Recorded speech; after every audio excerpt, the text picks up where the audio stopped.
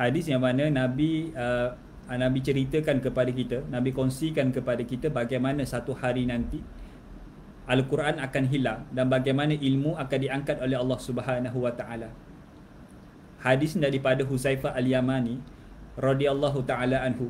Hadis ni didengari ataupun disampaikan ketika mana Nabi dah wafat, maka hadis ni diceritakan oleh Huzaifah Al-Yamani. Siapa Huzaifah ni? Huzaifah di antara gelaran kepada Huzaifah Al-Yamani ni adalah pemegang rahsia Nabi sallallahu alaihi wasallam.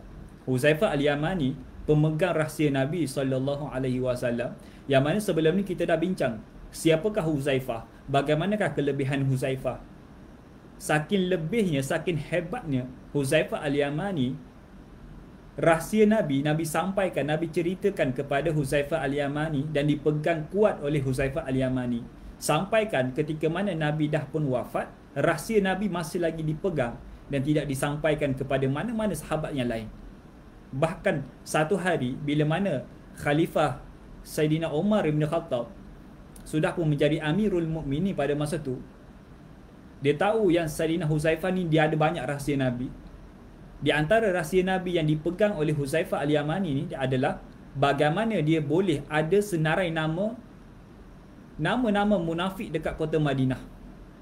Nama-nama munafik dekat kota Madinah. Disebabkan itulah Saidina Umar ketika mana dia sudah pun memegang jawatan sebagai Amirul Mukminin, ketika itulah dia pergi cari Huzaifah Al-Yamani. Wahai Huzaifah Al-Yamani, ceritakan, bagi tahu aku senarai nama munafik yang disampaikan Rasulullah kepada kamu supaya mudah untuk aku buat urusan. Sebab dia jadi Amirul Mukminin kan, mudah aku untuk melantik siapa yang layak, siapa yang tak layak.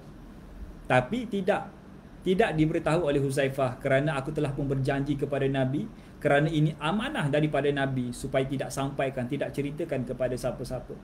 Cuma kata Huzaifah, au kama qala, cuma apa yang aku boleh tahu kepada kamu wahai Amirul Mukminin, dalam kabinet kamu, dalam kabinet ataupun dalam kabinet menteri kamu, lebih kuranglah orang yang kamu bagi jawatan, dalam ramai-ramai itu ada seorang yang munafik dalam kalangan itu. Cuma aku tidak akan bagi tahu siapakah nama beliau. Ada seorang yang munafik dalam kalangan mereka. Cuma aku tak akan sampaikan, aku tak akan ceritakan kepada kamu wahai Amirul Mukminin. Tak lama kemudian, dalam beberapa bulan kemudian, orang yang dimaksudkan tu dilucutkan jawatan, dilepaskan jawatan ataupun dibuanglah. Ketika itulah datangnya Huzaifah Al-Yamani, ya Amirul Mukminin, sesungguhnya orang yang aku maksudkan adalah orang yang munafik tu telah pun kamu buang, telah pun kamu lepaskan jawatan.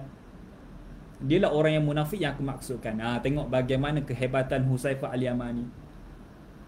Sebab itulah hadis daripada Huzaifah ni hadis yang luar biasa. Hadis yang disampaikan oleh Huzaifah, setiap para sahabat dia ada macam kategori hadis masing-masing. Ada sahabat dia banyak menceritakan bagaimana perihal kelakuan Nabi SAW. Ada di antara sahabat yang menceritakan bagaimanakah kehidupan Nabi.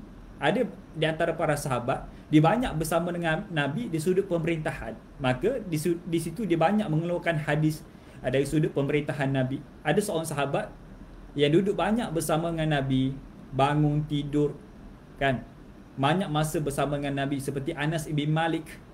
Dia banyak masa bersama dengan Nabi, menyebabkan banyak hadis daripada Anas bin Malik menceritakan bagaimana perihal Nabi SAW. Setiap sahabat dia ada bidang masing-masing.